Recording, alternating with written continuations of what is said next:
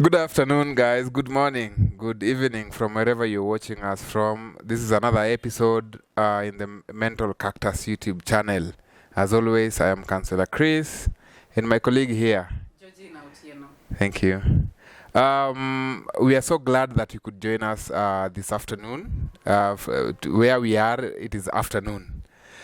So since we spoke last, we spoke about an array of good things. We spoke about, we have spoken about mental health. We have spoken about stages of addiction. And today, we are going to speak about anxiety. So Georgina is going to take us through anxiety. Quite a number of viewers who really wanted us to speak about anxiety, describe it and define it. So that is what Georgina here is going to tackle today, and I'm hopeful you're really going to gain a lot from what she has to say. So karibu sana Georgina. How are you? Good. How was your weekend? Nice. Today you're in your official work attire. You do know we are celebrating World Drugs Day. Yeah, today by the way is 26th June. If you look at my face, you probably would see that I'm exhausted.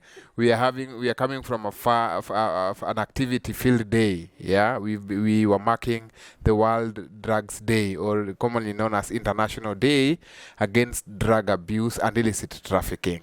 And the theme for this year was People First. Stop stigma and discrimination, and then strengthening prevention. Yeah. So I mean, in my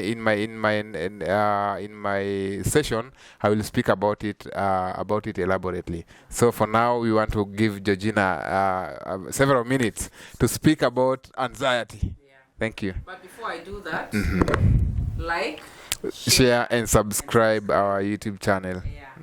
Now, anxiety is a disorder that many of us do not understand, and it always eludes physicians, and it is one of the most untreated condition in mental health, especially by the clinicians and those who tend to take care of people with mental conditions, because it has physical symptoms. So if I may define anxiety, it is a condition whereby Yes. you have extreme fear or excessive worries. Okay. Yeah. Yes. Yes. You really worry a lot, or you are very fearful. And some of these disorders are like panic attacks, social anxiety, generalized anxiety disorder. I believe most of us have heard about that. Selective mutism, or just mutism. We have also separation anxiety. And we also have drug-induced or medicine-induced anxiety. And we also have anxieties that are associated with medical conditions. Most of us, we don't always look at it like it is something that is threatening, and instead we think it is an intuition. I can give you an example of an anxiety or a panic attack. For example, you have a child who has to go far away. Maybe there's a school trip, and as a parent, there's this thing in you that keeps on telling you something bad is about to occur. You feel there's an impending doom. That is an anxiety. And when you start to feel that, it should not be common. It should be just be once in a while. But with anxiety, it happens like every other day, or you might notice it happening, or the occurrence being every other day, or most of the time. So in order for you to know whether you have anxiety, I was actually coming to that. How will I know, or how will somebody else, the viewer, know that probably he's having anxiety issues? Yeah. Well, one of those things is palpitation. Okay. You maybe want to board a vehicle and your heart starts to palpitate. You're like, no, this is not. It's not right. Yes. Yes. As a normal person, you say, this is my intuition. Yeah. But then that is a road to anxiety. But if it continues every time you're doing something, then no, that is an anxiety. To others, they have a sweating palm. Okay. It's just sweats. Meeting different people, as I told you earlier, even meeting somebody new. Okay, somebody you've probably never met.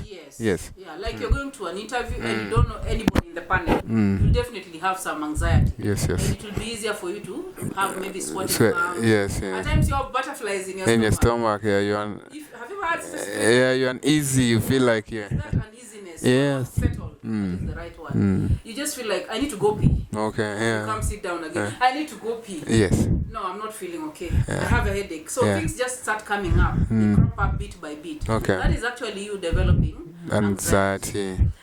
Those people who also tend to have they have a withdrawal, especially those who have social anxiety. For example, you are invited to make a speech somewhere. Then when you reach the podium, nothing is coming out. Okay. I don't know if you've ever seen such. You get lost of words. Yeah, I remember when I was in high school, I was in drama club. Okay. And there's this one time we were going to a school in Sia. It's called Miranda Boys. Yeah. And guys were really psyched up for the dance. Yes. Well, me on the other hand, being that I was the lead dancer, I started experiencing this anxiety. Okay. And I would run to the toilet and just rush and diarrhea. Yeah. Then I remember one of my teachers calling me and telling me, this thing you'll overcome. Yeah. It's like a small thing. But I'll give you some medication. Okay. And you know the kind of medication she gave me? No. Flagyl. It told me that it would relieve me. Yeah. So that is some sort of anxiety. Okay. And I believed her. Yeah. So immediately I took the flagyl. Would you believe it? I was okay. Yeah. It's psychological. Yeah. So these kind of anxieties have made people not be able or not aware that they're actually experiencing these things. Instead, as I said earlier, they think it's just intuition. Okay. Every other day, Okay. we go through anxiety. Okay. And people who have extreme anxieties, like those with panic disorders, they always look at things the other way. They always think of something bad is about to happen from morning to evening. And you know that is something that can make someone commit suicide. Just thinking of bad stuff happening to them every other day, or somebody you know, your loved one. Yeah, those are the problems. Now, the generalized anxiety and the normal anxiety we get, but then again, it becomes generalized because everything causes you anxiety. Whether it is going to school, whether it is having exams, whether it is talking to someone, you always have this anxiousness. You just feel uneasy every other time. So, a little bit of it, when it comes to the medical part, when a client comes with such a condition, a patient comes to you and tells you that this is what I'm going through, and as a clinician you'll find people just write what the client is talking about and then send this client to the laboratory for tests. You see, tests will not give you a psychological report. So everything will come out normal. Then you tell the client, probably I can give you some paracetamol. Yes. And others end up giving antibiotics for a condition that does not exist. For them. So these clients, they actually need somebody to sit down with them and listen even more. Because panic, anxiety actually causes mental conditions. It's actually a part of mental illness. And also, it can cause suicide. There was something that was published by the World Health Organization. I don't know if you saw it. With regards to conditions that are on the rise. And they mentioned anxiety, addiction. I saw it, yes. Depression, yes, sure. suicide. Now you can imagine. But anxiety has taken the larger chunk with depression. And most people always think that when you're having some uneasiness, it is okay. Yeah, some anxiety can make you function. Yes. Yeah. They can get you going. Yeah. But there are those ones that are always causing issues. Okay. I had a client I was attending to about, I think, 2 years now. She had an anxiety disorder because of corona. So now, that one is an anxiety caused by a medical condition. Everybody around her was dying because of corona. And she was stuck. She could not sleep. She could not go out because she feared of contracting the virus. And when this thing came about, she was in another country. She had gone abroad. Okay. And she had to stay there for almost 2 weeks before coming back. And when she came back, she found her best friend died of corona. She could not even go to the grave and even tell her friend how she felt. Because the attacks were just the anxiety was just too much for her. In fact, she would not even stay in the house without any other person. She needed somebody to chaperone her. Yeah. So that is how anxiety, as we think, can actually cause a mental condition. Great. Yeah. Now, you have taken us very well through the types of anxiety. I've heard you mention the generalized anxiety. So how do we handle anxiety positively? Okay, well, one of the things is, if you notice, that is why I keep on talking about self-awareness. Yes. If you're self-aware, if you understand your emotions, your thoughts, and how you behave, then it will be easier for you to know that this is actually what I'm going through. What Georgina is talking about right now is actually what I'm going through. So, what do I do about this? One is you get to talk to someone, because it will not be immediate. Okay. You get a physician or a psychiatrist or a psychologist or probably another psychiatrist. So one is your closest friend. You have a buddy. Talk to your buddy. Tell them, this is what I'm going through. This is how I feel at the moment.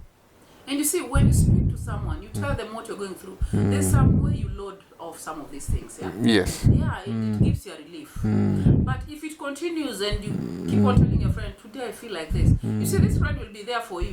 But in the long run, this friend will also tell you, we need to see somebody, so that you can see how to help it. Yeah. But most of us, when you go through, especially people with social anxiety, that is when they think that if they take alcohol, they will blend well. Yeah, they are prepared. They can now speak in front of people. But you see, that is a negative way of coping. We've spoken about negative ways of coping and how they can lead to addiction. And that is also a slow way of leading on to addiction. Yeah. So the best way is also practicing mindfulness, meaning you have to be there at the moment. Whatever you do, you have to be there, and you have to feel it. Okay. If you're talking to someone, you have to listen to yourself. What am I saying? If you're thinking some things, you have to wake up yourself. What am I thinking? Yeah. You interrupt those negative thoughts. Yes. Yeah. And also, when you're doing mindfulness, you connect with nature. Yeah. You can actually do self-care activities. Okay. Like just walking, going to a spa and having some nice time, a massage or something, or even listening to music to distract your thoughts. Okay. Yeah. Or even listening to your favorite podcast like Mental Cactus. Yes. Yeah. Yes. To distract you. And also, the other thing you can do is meditation. Yeah. Most people don't do meditation. I think I've spoken about it so many times. Okay, it has been a cliche now. Okay. Because people don't do meditation, and when you don't do meditation, Okay. you can never find out what you're going through. Actually, you can never make time stand still. Okay. At that particular time. Okay. But when you do meditation, it is easier for you to even recall what somebody told you at the beginning of the day. Okay. And take what is positive for you and discard the negatives. Okay. But in today, the society is fast-paced. Nobody has time to listen. Okay. Nobody has time even to themselves, because we have these bills we have to pay, we have these schedules to follow, we have to be at work, we have to take care of the children. But you see, at the end of the day, it's just basically about you. It is not about your spouse, it is not about your children, it is not about your work. It is just about you. And I'm saying it again today. People should get involved in their mental health. All right. People should take an active role in taking care of their mental health. Yes. Thank you. Yeah. How do we just wake up and find ourselves anxious or anxious people, or it is something that it develops over time because of probably what happened in life, or probably an event in life that led us to the point where now we are seriously anxious people, or we suffering from that disorder, the anxiety disorder? Well, some are genetically. Okay. So they have the anxiety gene in them. But others, it is the environment that shapes it. that causes all this. You might be raised from a very calm, nice place, understanding parents, but then when you shift to another place, things start to happen because the environment there is no longer as positive as the one you were in before. Yes. So you develop this anxiety over time. You've broken it down so well, and I believe our viewer really now understands that's whenever they're going for an interview, and that butterfly, or that sweating palm, or increased palpitation, it means that there's something that is happening. We are anxious, we are worrying too much, that can be chronic over time when we don't deal with them, when we don't take care of ourselves more, and when we don't talk about it. Yes, so our viewer, I believe today you've learned something about anxiety. So some of the things that we go through on a daily basis, but we really don't know what they are. If you ask a lot of people, they'll tell you, man, I just sweat. I normally just sweat. Whenever I'm going to meet new people, or whenever I'm going to meet people I've never met or strangers, I just find myself sweating, and they've made it that is a norm. It is not a norm. It means that there is something that is happening. You're probably developing anxiety, and the way Nurse Georgina has put it, chronic anxiety can be fatal.